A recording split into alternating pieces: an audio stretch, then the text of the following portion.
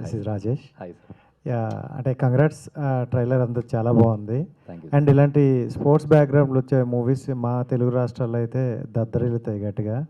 And కొన్ని ఏంటంటే ఇలాంటి ఆడియన్స్కి కబడ్డీ క్రికెట్ అంటే బాగా కనెక్ట్ అవుతుంది అని తీస్తారు, బట్ ఆడియన్స్కి ప్రాపర్గా కనెక్ట్ చేయలేకపోతున్నారు. సో అంటే మేకింగ్ విషయంలో కానీ కంప్లీట్ స్టోరీ విషయంలో కానీ.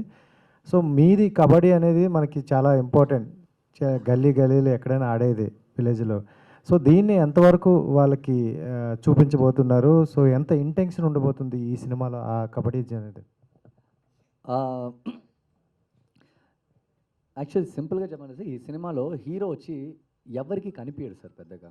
ఊర్లో ఎవరితో మాట్లాడు, నేను చెప్పేస్తున్నాను, జస్ట్ సెకండే కదా మన cinema release, no problem. Hero ఎవరితో మాట్లాడు, పెద్దగా ఎవరితో కనెక్ట్గా ఉండడు సార్. వాడు ఉండే ప్లేస్, వాడు కనిపించే ప్లేస్ కబడ్డీ మాత్రమే. కబడ్డీ కోర్టులోనే వాడు కనిపిస్తాడు, కబడ్డీలోనే వాడి ఎమోషన్స్, వాడి కోపం వచ్చినా కానీ, నవ్వు వచ్చినా కానీ, మాట్లాడినా కానీ అక్కడే మాట్లాడతాడు.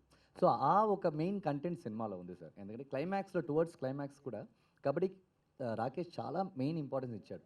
నేను షూటింగ్ చేసేటప్పుడు అడిగాను, రాకేష్ అందరు మనం వచ్చి చీట్ చేయకూడదు రాకేష్, అందరు జనాలు కబడ్డీ ఇష్టం అని చెప్పేసి కొంతమంది కబడ్డీ కోసం వచ్చేస్తారు, ఎక్కడైనా మిస్ అవుతే తప్పు అవుతుంది రాకేష్ అని అన్నాను. But to be honest, cinema మొత్తం చూసినప్పుడు హీరో ఎంత ఇంపార్టెంటో కబడ్డీ కూడా అంత ఇంపార్టెంట్ సార్. మీరు సినిమా చూసినప్పుడు మీకు అది ఆ లాగ్ ఎక్కడ ఉంటుంది. సో ఇంట్రోవర్టా హీరో?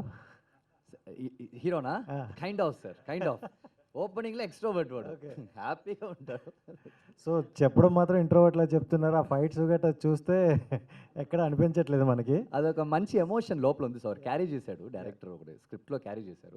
అది చాలా బాగుంటుంది sir. All the best sir. Thank you sir. So heroine గారు